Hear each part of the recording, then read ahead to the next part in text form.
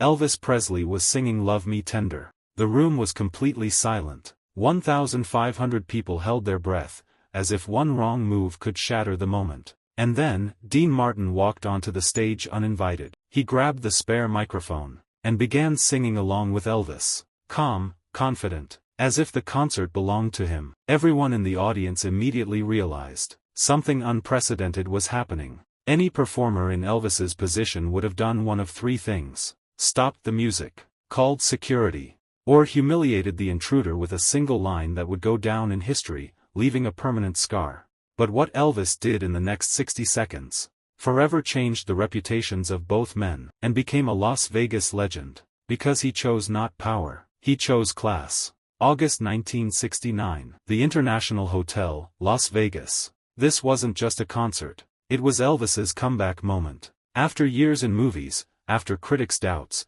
after whispers that his time had passed, he was back on stage, proving that the king had never left. The venue was packed to capacity. By the stage sat producers and music executives who shaped careers and movies.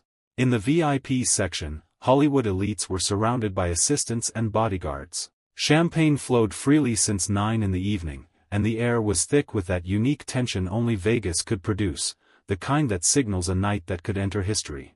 Elvis was in his second set. He had complete command of the room. Every movement looked natural, like breathing. Every note landed straight in the heart. He had already performed That's All Right, Heartbreak Hotel, and Don't Be Cruel. The crowd was warmed up but far from exhausted. And then he moved into Love Me Tender, a song without bravado, without pretense, only vulnerability, only truth, and almost no one noticed Dean entering. That in itself was unusual. Dean Martin rarely went unnoticed. Wherever he appeared, the Rat Pack entourage, photographers, and casino managers usually followed, ready to cater to his every whim. But that night, it was different. No entourage. No cameras. No showy display of wealth. He wore a flawless black tuxedo.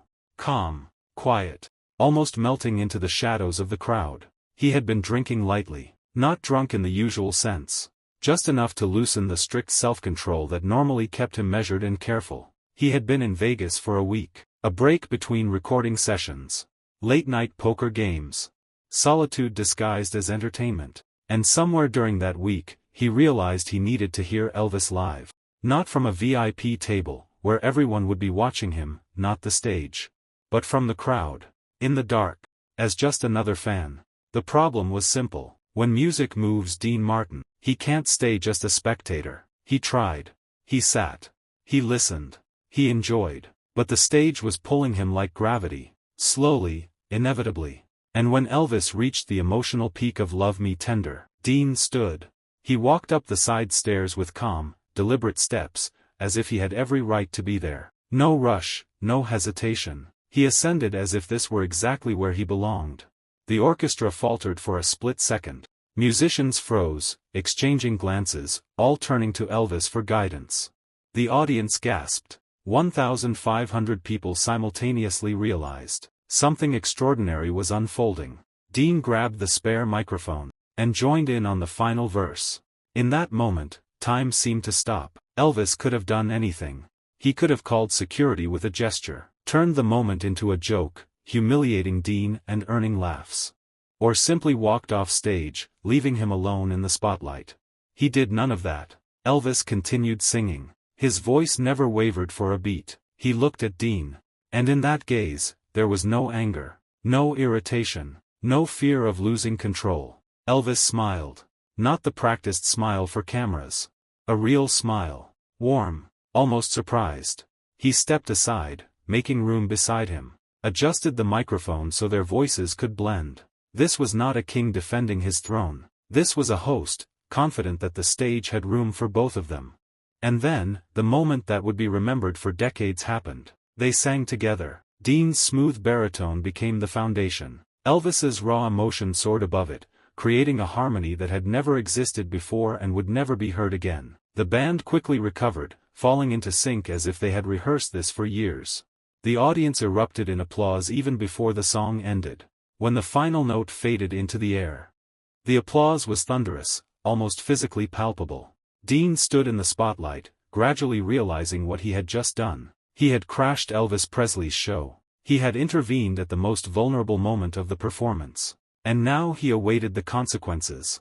But Elvis had no intention of punishing him. He raised the microphone and said, "Ladies and gentlemen, meet a man who can sing a tune or two himself." The crowd laughed. Tension melted.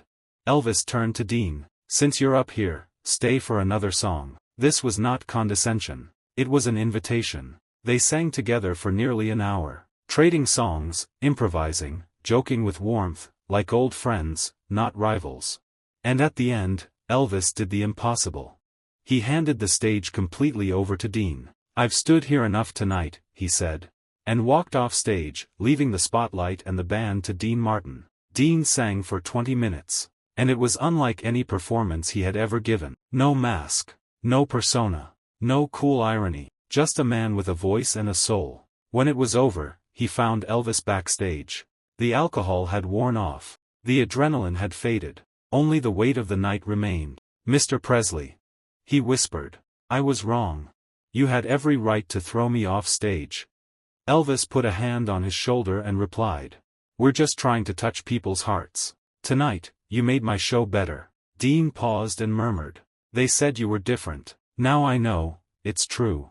Their friendship remained quiet. No photos. No headlines. After Dean's death in 1995, his family found a photograph from that night.